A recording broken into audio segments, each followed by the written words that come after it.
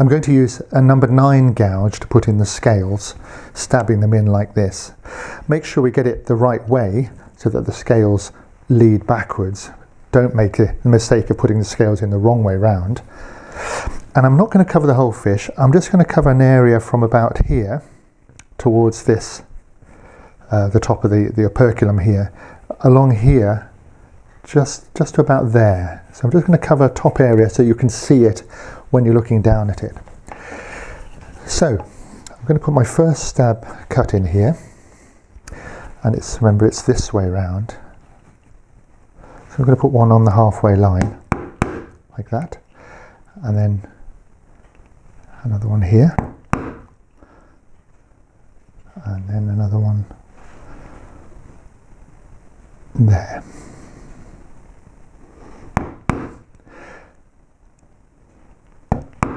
Then I'm just going to stab along like this.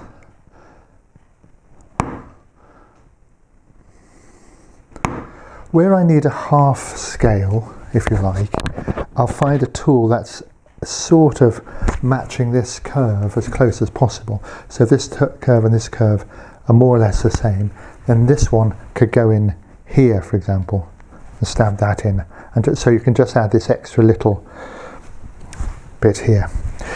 And that's it really. I'm just going to quietly add these together as I go along.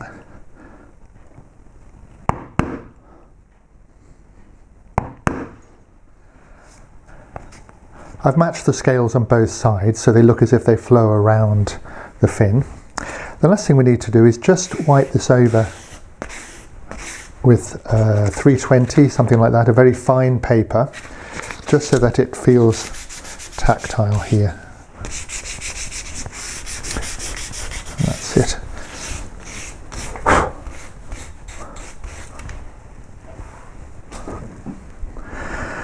The barbels, which are little feelers that the koi uses on the bottom when it's searching around in the mud, will fit on either side of the mouth here. So what I've done is I've created a little depression at the side of the mouth here, and then I'll just merge that in with some sandpaper. I then drilled a hole into that depression like so, so that when I glue the barbel in here, it'll actually clear the background, so it mustn't touch the wall, so we need to check that. So I've made these barbels from little pieces of wood, which I've just whittled with a knife, the same knife as I've used elsewhere, a little Sloyd knife. I've whittled that, sanded it, and I've made them a little bit bent, do you see? So they're not straight, they're not like horns, and each side will be a little bit different. So I'll just glue that in there nicely, and then I've got one somewhere for the other side. Here it is. This is the second one, slightly different shape.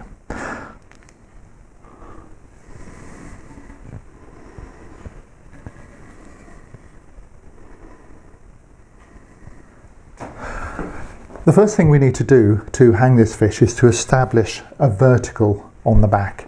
So I've got a spirit level here, and I've checked the bubble, and we're completely vertical. Then you probably need help for this, somebody to eye it through, and then you arrange your fish on the edge of the spirit level, whichever way you want it. And then, with a pencil, you draw down that flat bit, the flat bit that we've left, you draw a vertical line.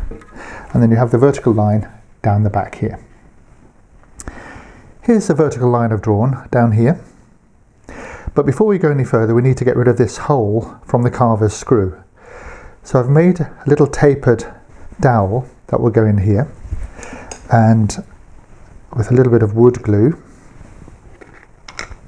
I usually like to put it in the hole as much as anywhere. And on here.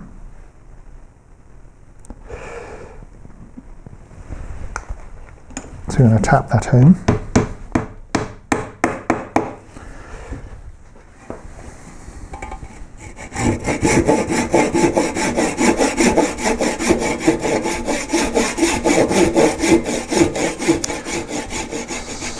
draw it off,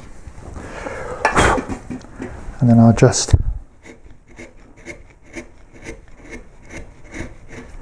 clean up that surface. Great, so now we're ready to think about the escutcheon plates. This is an escutcheon plate. It's the little brass plate that goes over a keyhole.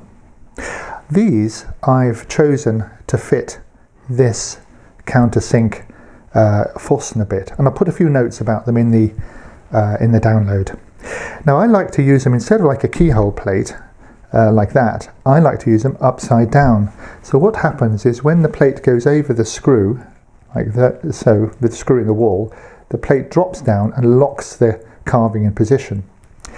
We're going to need two on this koi carp, because if we only have one, the fish will pivot around and slump off. So we do need two to lock it in place.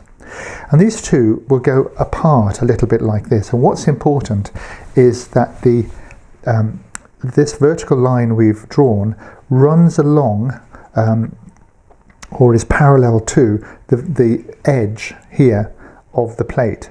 So we need to put one, say about there, a little bit in from the side, and the other one perhaps over here. So there's a gap between the two parallel lines like this, so that when that's locked in place on the wall, this thing can't turn.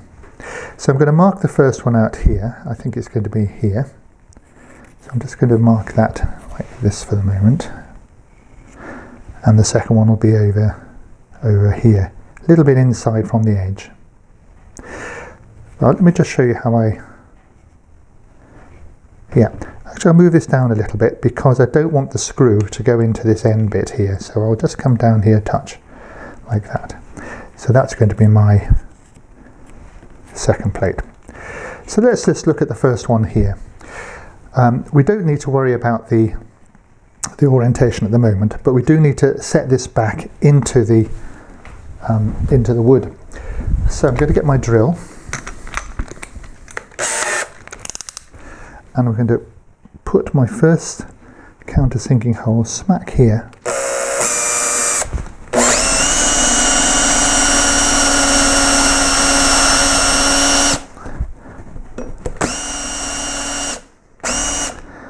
Right, so it's just below the surface, so that will fit in there and be flush with the surface. So now I'm going to make sure which way up this is. This is going to be this way around, so that this edge here, the small point, is to the top. And I want to very carefully, with my checking across, make sure that this is, let's move this around a little bit. So this is now parallel, this edge here is parallel to the line. So I'm going to draw in what will be the hole here, so, and then flip the plate out. So now I have to excavate a little hole here for the screw as it comes through. We're going to offer this to the wall, and here's a screw. So I'm going to just make, you can drill these out, but I think it's easier actually, or as a carver I would think it's easier just to use my number 9 gouge and rotate it like this.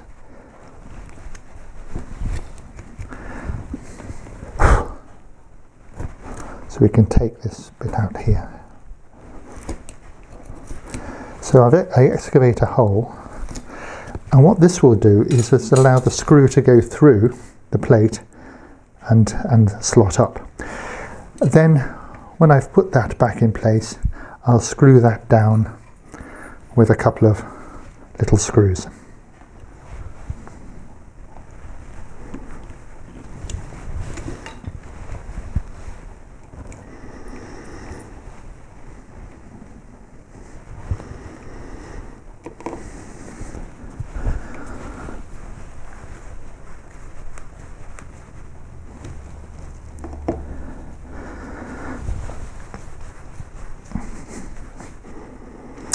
Right, so there they are. The escutcheon plates are set back in, so we're on the surface of the wall, and this is parallel to this, and parallel to the vertical line. So all we need to do now is check the surface and finish the wood with wax. The best way to add wax to this carp, because it's a little bit delicate, is to do the bottom half first, and then we'll sit it on the table itself and do the top half. So I have my wax. This is fairly thin. This is like a yogurt. This is a basic beeswax finish. I've got an old toothbrush. I've got a rag. And I've got my trusty hairdryer. So the method, as always, is to put a bit of the wax on. You can just put this on cold, like so. And you put it on here, you put it everywhere, including the bottom part of the fins. So I will put this over, then I'll get the hairdryer and I'll melt it, and at the same time I'll rub it in, like so.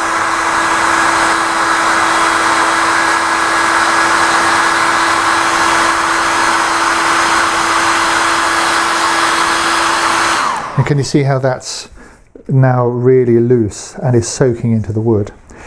And then I will take off excess on the rag like this, so we'll not have too much. Eventually just have a sheen of wax on it, and I'll make sure with the brush I get into all the crevices and get any clogging of any hard wax out.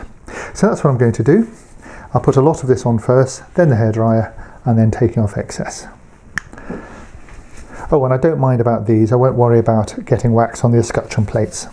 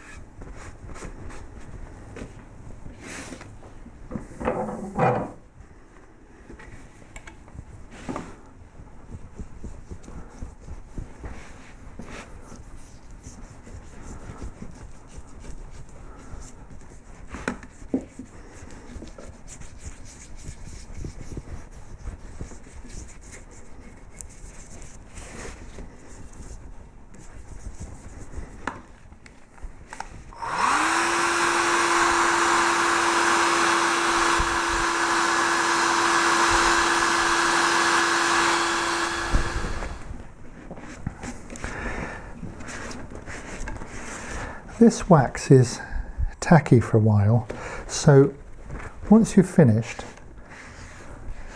leave the piece alone, let it all go dry, and then you can burnish it with a rag or a brush. This colour will develop even more as time goes by, but I think generally speaking it looks terrific.